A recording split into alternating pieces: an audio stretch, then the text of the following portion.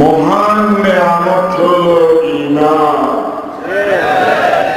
সবচেয়ে বড় নেয়ামত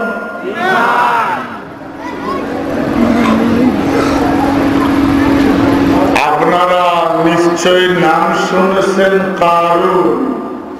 নাম শুনেছেন? বাড়ি তার সীতাকুণ্ড। হ্যাঁ, কারুনের সম্পদ ছিল ঈমান। আর বলেন ঈমান। দুনিয়ার চশমায় কারুন সেরা ধনী,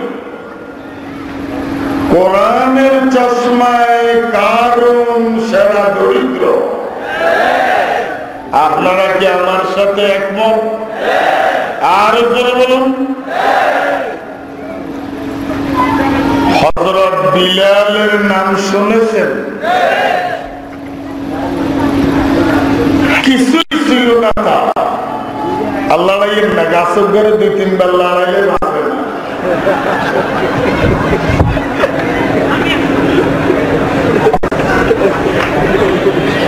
ঠিক আছে না না আগেরটাই বলা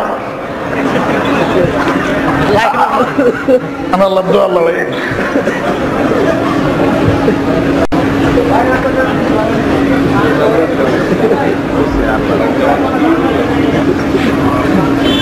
আপনারা মাইক আগের পজিশন নাই।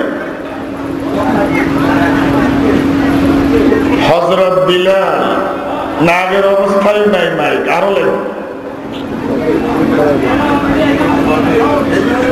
হযরত বিলাল রাদিয়াল্লাহু তাআলা আনহু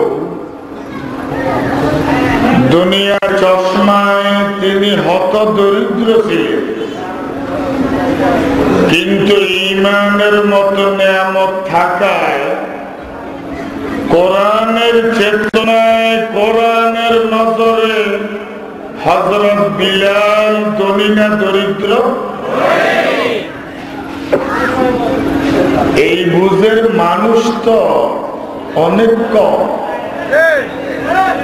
এ কারণে গণতন্ত্রের কাছে আমরা মারি।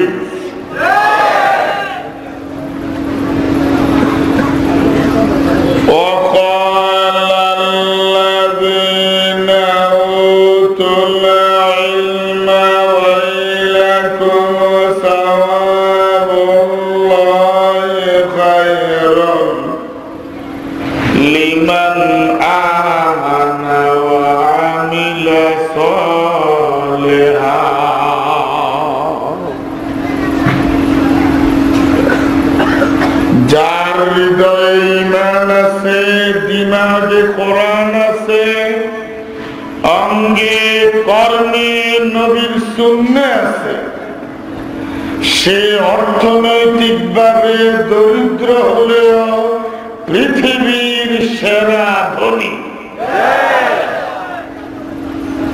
এ কারণে কোরআনের প্রথম আয়াত খুললে আমরা যে আয়াতের সাথে পরিচিত হই, সে আয়াত কি হলো? আলহামদুলিল্লাহ। আর বলবো আলহামদুলিল্লাহ। এর অর্থ হলো তোমার টাকা নাই, ঘর নাই, গাড়ি নাই, প্রভাব নাই, কিছুই নেই, এতে তুমি নার্ভাসনেস ফিল করো না। তোমাকে যে ঈমানের মতো নেয়ামত দিয়ে জান্নাতের যোগ্য করেছি আমি আল্লাহ, সে কারণে তুমি শুকরিয়া আদায় করে পড়ো আলহামদুলিল্লাহ।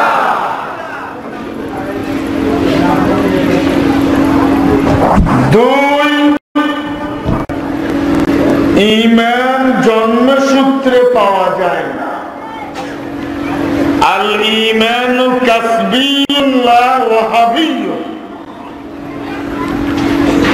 ঈমান অর্জন করে নিতে হয়, জন্মসূত্রে স্থায়ীভাবে পাওয়া।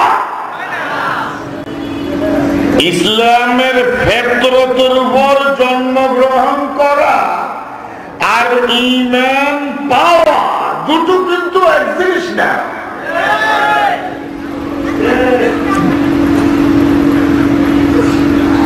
নূহ আলাইহিস সালাম তার ছেলে কেনান নবীর ঘরে জন্ম, সে কি ঈমানদার?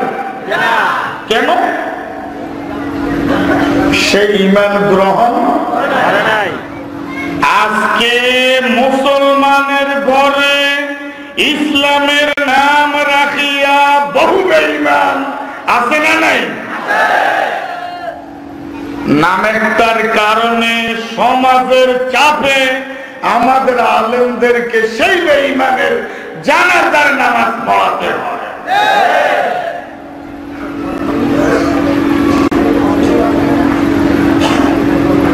ইব্রাহিম আলাইহিস সালাম তিনি তো মূর্তি পূজকের ঘরেই জন্ম, তিনি কি ঈমানদার না? আর জোরে বলেন, কি বাবা থেকে পেলেন না নিলেন? নারায়ে তাকবীর। এক নাম্বার বলছি ঈমান সেরা নেয়ামত। দ্বিতীয় বলছি ঈমান অর্জন করে নিতে হবে। অনেক কথা আছে, সময়ের সীমাবদ্ধতা আছে, বিষয়ের অনিবার্যতা আছে। ঈমানকে নিতে হবে, এর একটা দলিল ফাইন আমানু বিমিসলি মা আমানতুম বিহি ফাকাদ ইহতাদাউ। নবী সাহাবীরা যেভাবে ঈমান ক্রয় করে নিয়েছে, এভাবে কিয়ামত পর্যন্ত যারা ঈমান ক্রয় করবে তারা হেদায়েতের পথ পেয়ে যাবে। সুবহানাল্লাহ। এটা কার ঘোষণা? আল্লাহ। এজন্য ইয়া আইয়ুহাল্লাযীনা হে ও সমস্ত লোক যারা ঈমান গ্রহণ করেছে,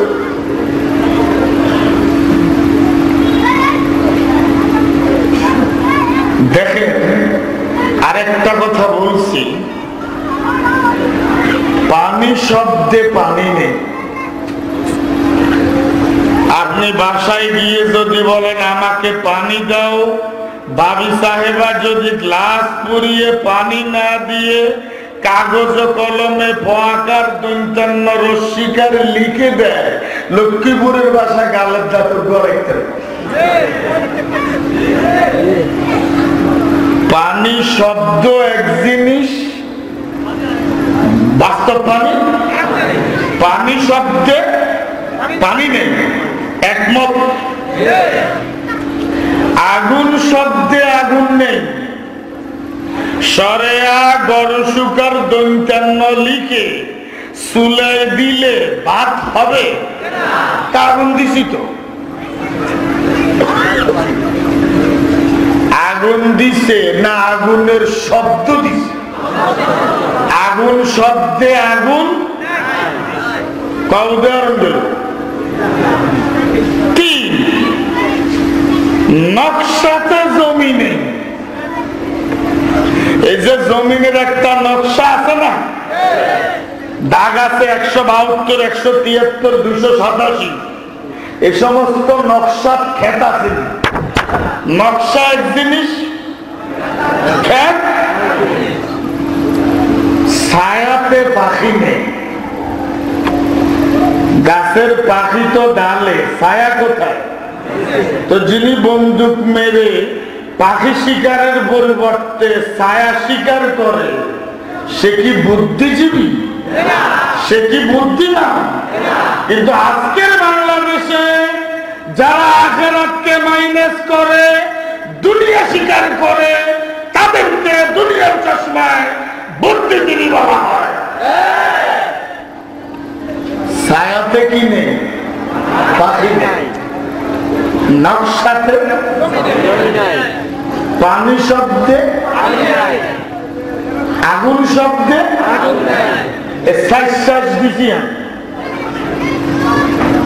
আপনাদের হৃদয়ের ভূমিতে এবার রোয়া রোপণ করি, লা ইলাহা ইল্লাল্লাহু মুহাম্মাদুর রাসূলুল্লাহ। এটা হলো কালেমা। এটা কি? এটা হলো ঈমানের শব্দ। এখানে ঈমান নাই।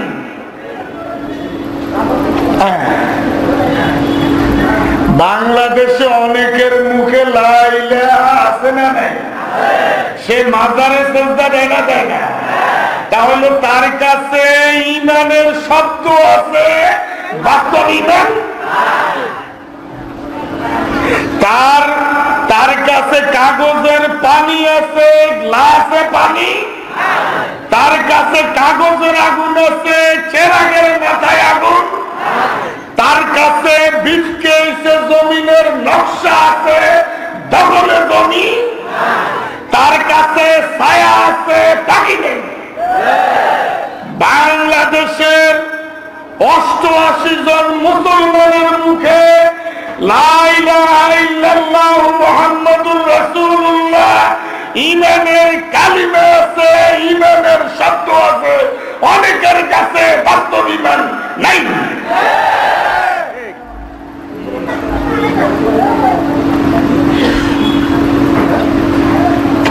আমার কথা বুঝছেন কি?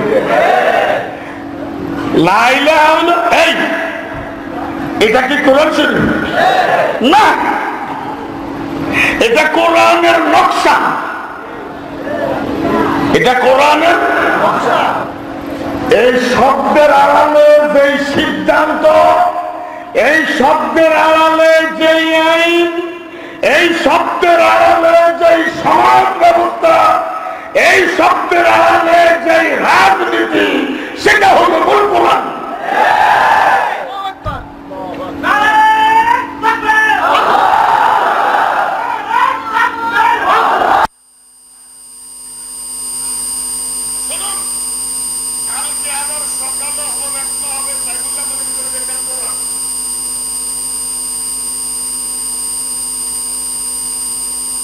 আমার মৃত্যুর পরে, আমার তো টাইম আধা ঘন্টা, এবার টাইম আধা ঘন্টা।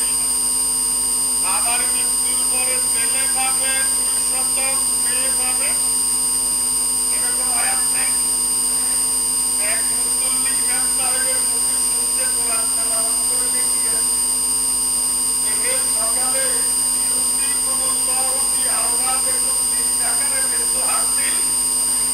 আয়াত পড়তে সোয়াবের আশায় 11টা বাজে অফিসে গিয়ে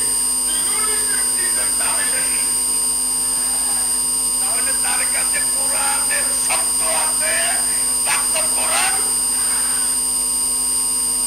এই কারণে বাংলাদেশের কোন মুসলমান কোরআনের শব্দের বিরোধী নয়, বাস্তব কোরআনের বিরোধী। আপনি দেখবেন তারা কোরআন বিরোধী রাজনীতি করে, এরা অর্থাৎ যদি শব্দ কর, শব্দ কর।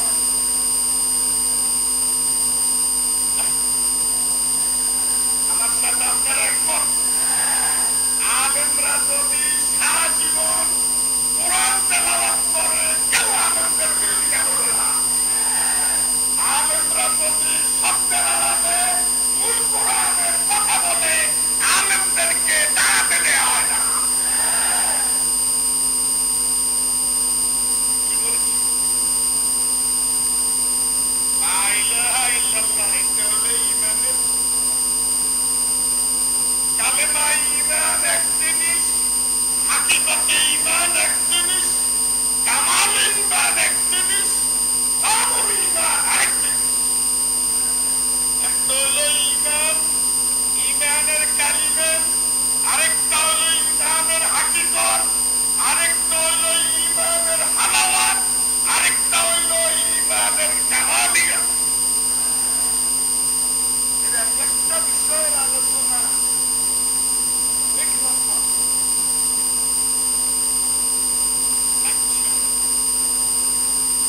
তাহলে আমাদের কাছে ওই তিনটা কথা বলছি।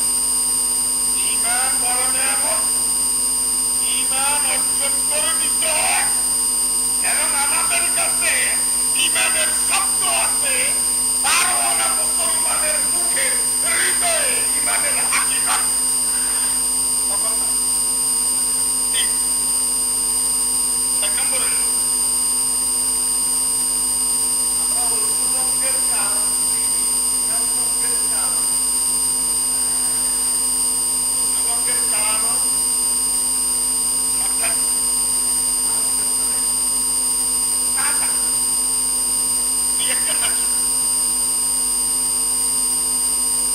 নামাজের জন্য ওযু করা সফল না হওয়া, এই সমস্ত কারণে ওযু বড় না নামাজ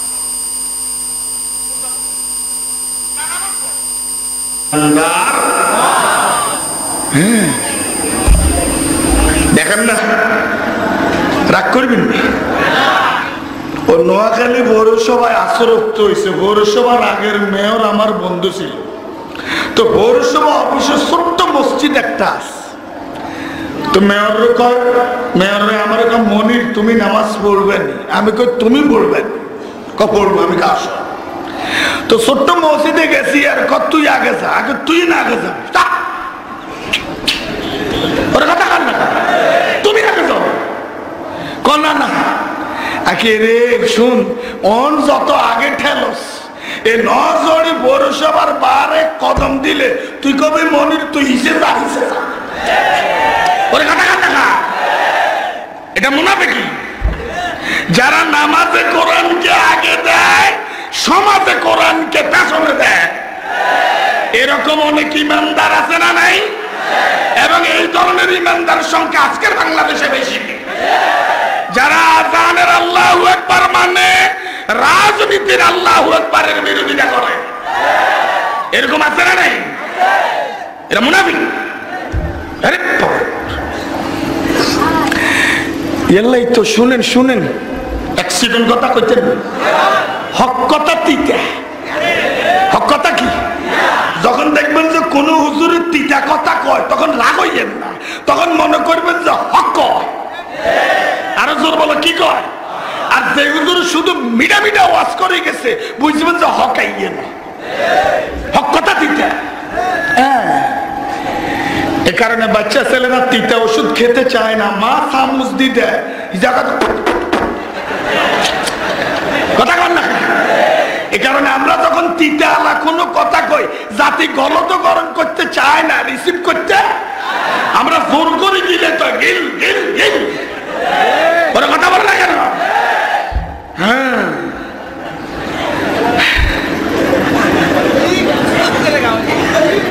ঈমানকে ধ্বংস করে কুফরে, ঈমানকে ধ্বংস করে শিরকে, ঈমানকে ধ্বংস করে নেফাকে, ইতিকাদি। এর ব্যাখ্যা অনেক বিশাল, সময় নাই। ঈমানকে ধ্বংস করে আল্লাহ ছাড়া কোন ব্যক্তির নামে মান্নত করলে। আমরা মান্নত করবো কার নামে? লা তাহলেফু। আমার 6 মিনিট সময় আছে, 6 মিনিট না না। আচ্ছা,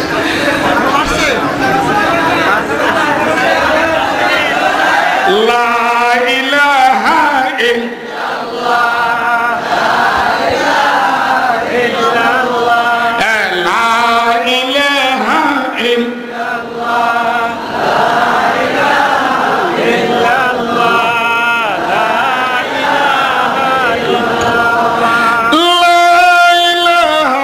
ইল্লাল্লাহ,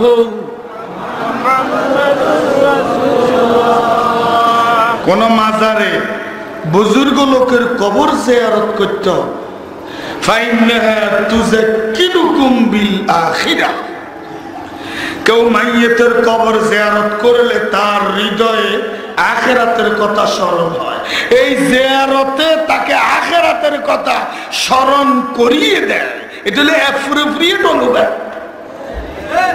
কিন্তু ওই মৃত ব্যক্তির কাছে কিছু চাওয়া হালাল না হারাম? কিছু চাইলে ইমান দেন না। কাপড়ের নিচে দিয়ে হঠাৎ করে কেমনে যে অজু চলে গেছে, এটা কেমনে গেল?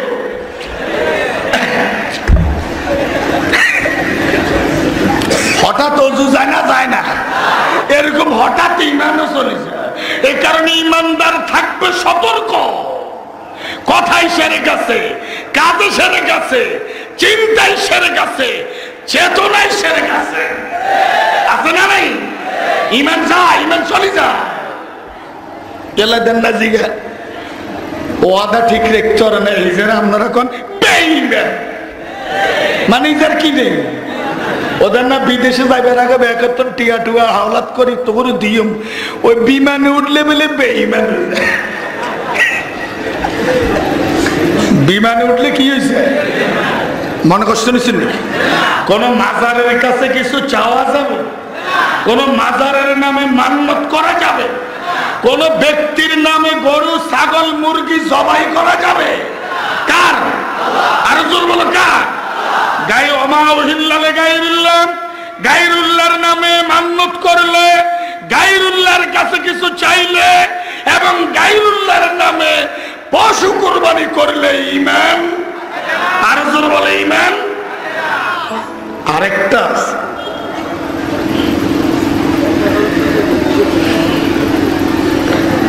রাসূলের একটা হাদিস এসব করলে যে খাড়াই চালাই দিস এরকম বেয়াদব আছে না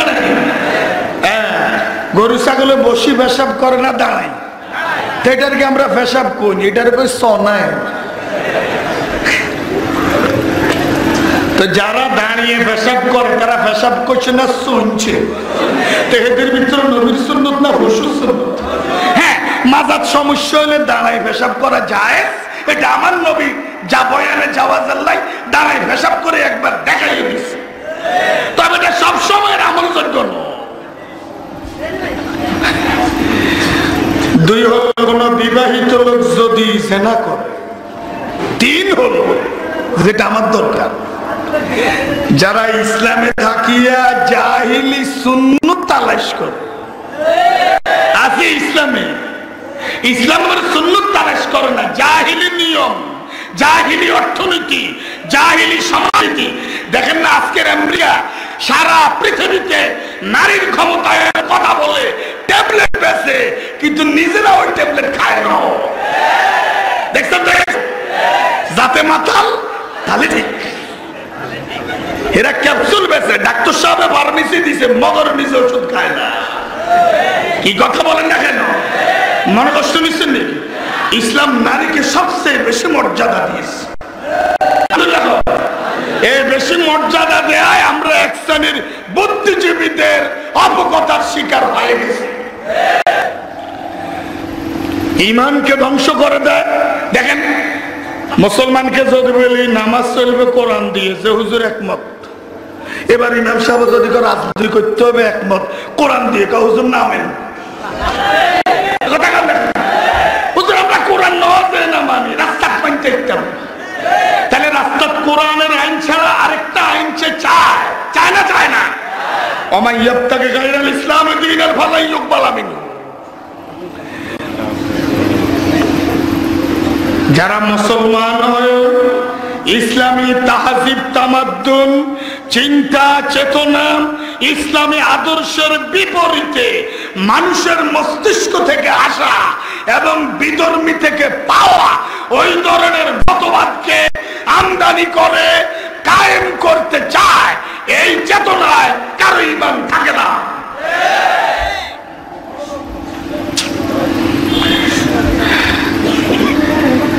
এবার আমি আবার সবক দিই আপনাদেরকে এটা আমি সকালবেলায় যেটা পড়ছি সেটা এখন আপনাদেরকে সবক দিছি শেষ শিরোনামগুলো আমি আবার পড়ছি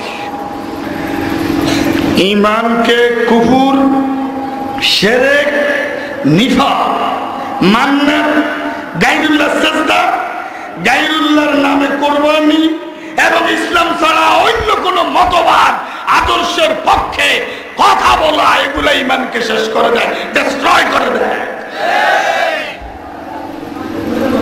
আল্লাহ পাক রব্বুল ইজ্জত আমি যা বলছি আল্লাহ এগুলোর প্রতি আমাদেরকে আমল করতে হবে এবং ঈমান যে সমস্ত কারণে ধ্বংস হয় এগুলো বিষ এগুলো আমার আখিরাতের জীবন শেষ করে দেয় এগুলো থেকে সতর্ক থাকতে হবে বাঁচতে হলে জানতে হবে হাযা মা ইনদি ওয়া মিন আল্লাহ আলাইহি তাওয়াক্কালতু ওয়া ইলাইহি উনীব আসসালামু